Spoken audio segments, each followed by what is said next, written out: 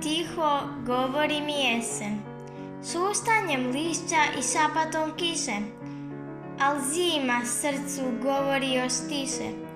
I kada snježi, a spušta se tama, u pahuljama tišina je sama.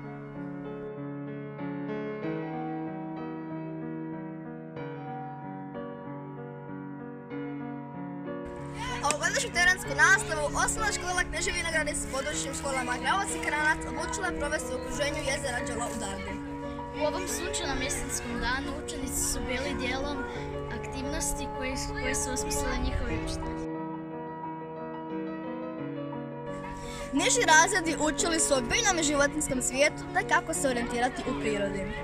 Više razredi su se posvetili jeseni kroz različite aktivnosti.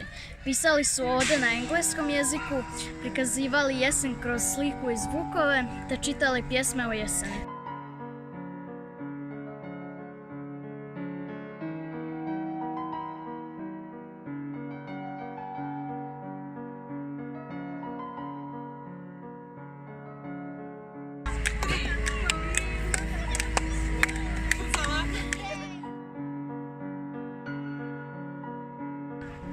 Osim toga, posvetili su se i praktičnim zadacima poput određivanja mjerila, izrađivanja lente vremena, izračunavanja visine drveta pomoću sjene te glazbene pitalice.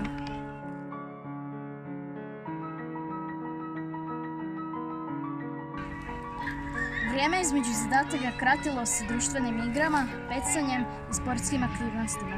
Da ne bismo ostali gladni, tradicionalno smo se okrijepili s djelicom graha.